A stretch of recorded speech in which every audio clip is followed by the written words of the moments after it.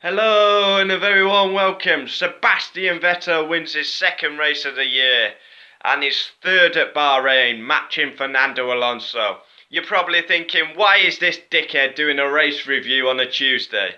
It's been Easter, as you know, bank holiday, I've been busy. Every time I've gone to record a video, someone's come in and interrupted me. So I'm doing it now. Anyway, Vettel, second win of the season.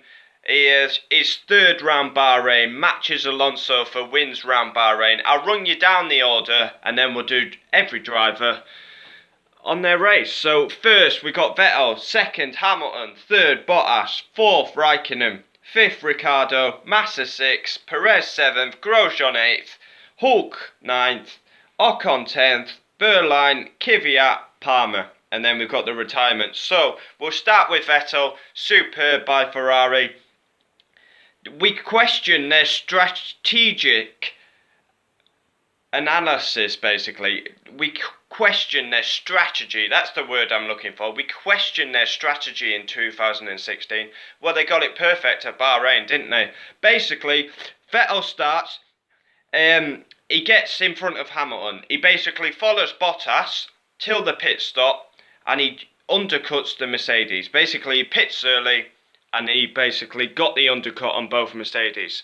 Second, Lewis Hamilton. And we'll start with the controversial penalty. And I say it's controversial. As you know, I am a Hamilton fan, but I'm being serious here.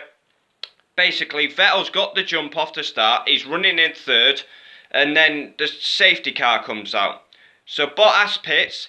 Hamilton slows down. He slows Ricciardo down, which was wrong, of course. In captain hindsight, he should have Bottas pitted, and it was a slow stop by Bottas anyway. So Hamilton backing up Ricciardo was pointless anyway. But in captain hindsight, Bottas he should have just pulled in behind Bottas and done it. But to give him a penalty is wrong for me. Yes, he did slow down Ricciardo, but he lost the place anyway, so he didn't gain anything by doing it. So why give him a penalty? I don't understand it. Basically, he's come into the pits, he's slowed Ricciardo down, yes. Bottas pulls away, Hamilton comes in, but the big point you have to see here is Ricciardo exits ahead of Hamilton. So basically, Hamilton slowing Ricciardo down. It didn't cost anything because Ricciardo came out the pits ahead of Hamilton. Third, we got Valtteri Bottas, the pole sitter. His first pole, the finish man. But basically, he pulls away. Good start, good 12 laps. And that is one thing I want to say. For the first 10 laps, brilliant. Bahrain is a super little track, produces great overtaking. Turn 1. Turn 2, 3, up until 4, we have close wheel-to-wheel action. And Bottas had a tyre problem the first 12 laps. That's why he couldn't pull away from Vettel. He did well in the first stint though, Bottas, to hold off Vettel. Then Ferrari get the undercut. So not a good day. And Bottas was twice asked to let Hamilton through, which was just a kick in the bollocks for him, really. And we have established that Hamilton and Vettel are going for this title, and Bottas and Raikkonen are basically number twos. You tell it how it is. You don't hide behind this. We're not playing tippy-tappy go-kart racing here. This is F1. This is the F1 title, steeped in history. And Raikkonen and Bottas are number 2 drivers. And they will be asked to move over more times than not this season. Because if Vettel and Hamilton are dropping points to each other, you mark my words, Mr. Wolf or Mr. Arriva Benny will be coming on the radio saying, Kimi, move over, Vettel for the championship. You mark my words, it'll happen by Monza Spa. Well, we've already seen it in the third race. For me, team orders in the third race is not good. But Hamilton was faster than Bottas anyway, so even if the team orders didn't come in, Hamilton would have overtook him anyway, but that's for another story. Raikkonen 4th, yet again, Vettel takes a massive steaming one on him, really, because Raikkonen, I bigged him up in my preview. I thought he could do it. A Ferrari did win, by the way, but it was the wrong one, because I said Raikkonen would win. But not a great day for Raikkonen. But he's just going to be a number 2. I think this is his last season anyway.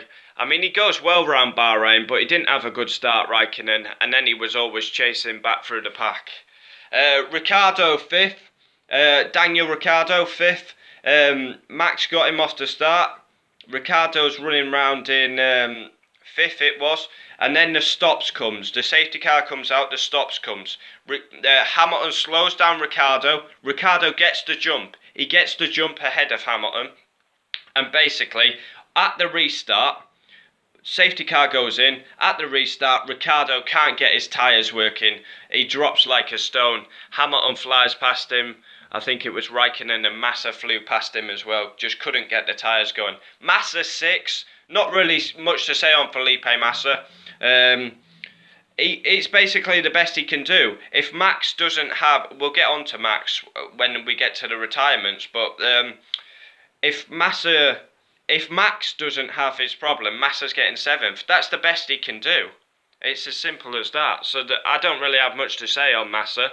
Driver of the day was won by Sebastian Vettel, but I would have given it Checo Perez.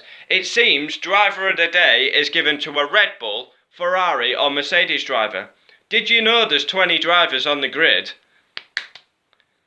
Last week I would have given it Magnussen, but we give it to Max, which is fair enough. I don't have any complaints. This week we give it to Vettel. I would have given it to Perez. Why did we give it to Vettel?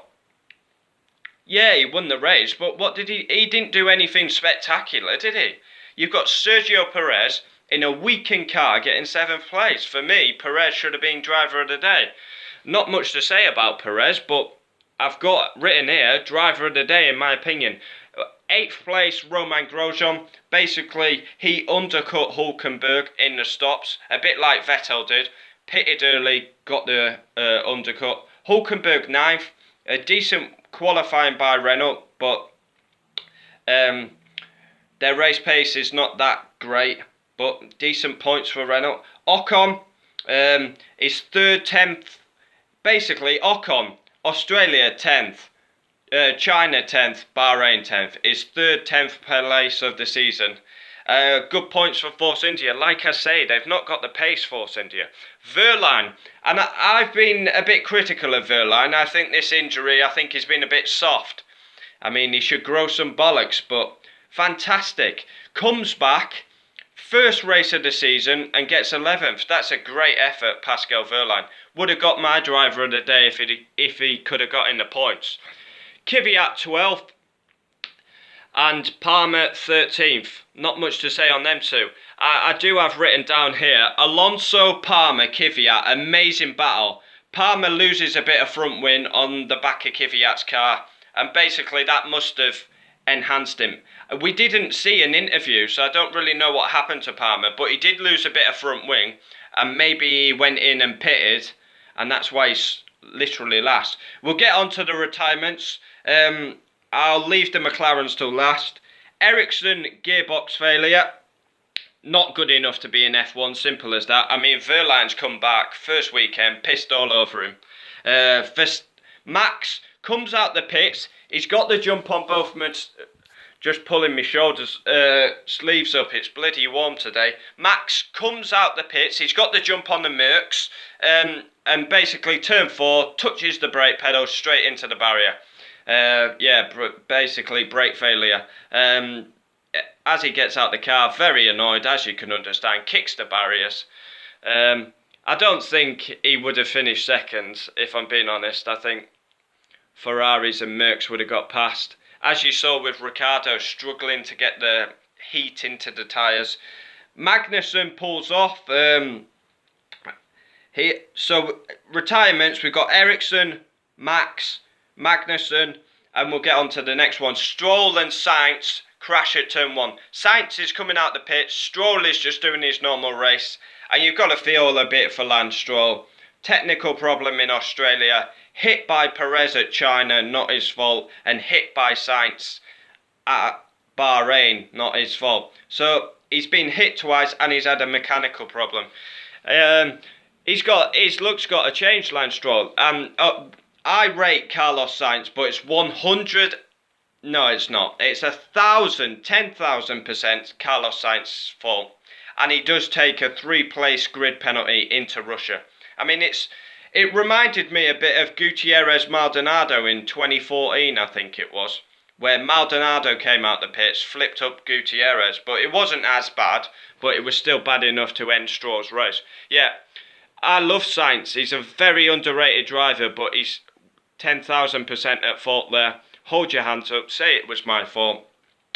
3-place grid penalty for Russia. And then we get on to McLaren Honda. And yes, McLaren Honda, could get a bit irate here. It's wank, it's pathetic, it's not good enough. Stoffel Van Dorn, you got to feel sorry for him. Doesn't even make the start of the race. And problem after problem after problem keeps occurring with McLaren Honda. We all know we all know McLaren's history in the sport that we love.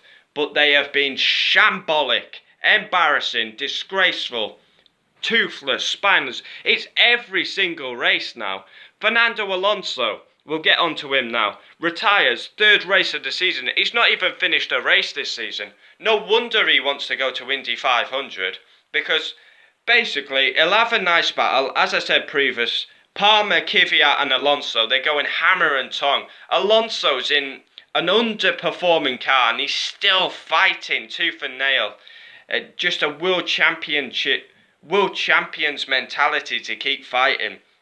But he can't fight because by lap 50, 51, the McLaren will go fucked. And there is rumours that there was actually nothing wrong with the car. It's just because Alonso wasn't in the points, he pulled off. But I'm not saying that is true. I doubt that would be true, but you can see his frustration again. The slowest car, no power, the worst power I've had driving a car. But it's just not good enough. McLaren Honda need to sort it out, but they won't sort it out because how many years has this been? Problem after problem, every race. I don't see progress. You should be seeing progress. You don't see progress. For me, they're going backwards. They're not progressing. It's getting worse. And McLaren have been bad. Even in 2012 they were bad. They were at the front at least in 2012, but they were unreliable. You see Hamilton winning races in Abu Dhabi and Singapore. He's leading the race and the car lets him down. And then after 2013 they went absolutely disgrace. But it's just not good enough. I'm going to go through the bullet points now that I have written down. Vettel, good start, jumped Hamilton, pitted early, got the undercut. Yep. We covered that. Hamilton penalty, I've got controversial. For me, it is controversial. I'd love to know your thoughts. I'm not even being biased here. I genuinely don't see what he gained by doing it. Yeah, he slowed Ricciardo down, but did that cost Ricciardo a position? Ricciardo came out ahead, and it's only because he couldn't warm his tyres up. Hamilton just went straight back past him. Alonso, Palmer, Kvyat, yeah, we've covered that. Driver of the day, Perez. And that's all I've got written down. But Bahrain is a fantastic little circuit. You've got to love the floodlights in the dark, cars sparking down the straight. Beautiful. I mean, it's a great little circuit. Down into turn 1, you go through 2 and 3, and you're still battling up into turn 4. And then after turn 4, you saw a few overtakes in there. But very good race. As I keep saying, Australia was a snooze fest, China was excellent, Bahrain was terrific. I'm enjoying the F1 season. Sebastian Vettel leads the championship. He's on 68 points. He's got 2 wins and a 2nd place, so that makes 68. I think Hamilton's on like 61, 18, 18 and 25, so 36, 25. Yeah, he's on 61. But it's all to play for. The bottom line is, we say it how it is here. Well, I say it how it is. Basically, I want you to tell me your driver of the day. Is it true what I said? Merc, Red Bull and Ferrari every time. I would have given it to Perez personally. But let me know your thoughts on a terrific Bahrain Grand Prix. We've got Russia next. Carlos Sainz will be taking a 3-place grid penalty into that race. And rightfully so. 100% to blame. Yeah, Russia next. As I will be doing a preview, I will be doing a qualifying video and a race. No matter what, every time there's a race, I'll be doing my race reaction, giving you the order telling you my thoughts. 15 minutes we've been going. And I really like these race reactions, can get my thoughts off my chest. Not many of my mates like F1, so why not pick up your phone and record yourself talking about the sport that you love. And basically we go to Russia next, and hopefully we see as good as racing, because China and Bahrain have been absolutely superb, I must say, and hopefully Russia can deliver. Danny Kvyat's home race. Yeah, thanks for watching. I'll see you next time. F1, it's just a beautiful sport. God, that sounded bent, didn't it? But you get my point. Adios.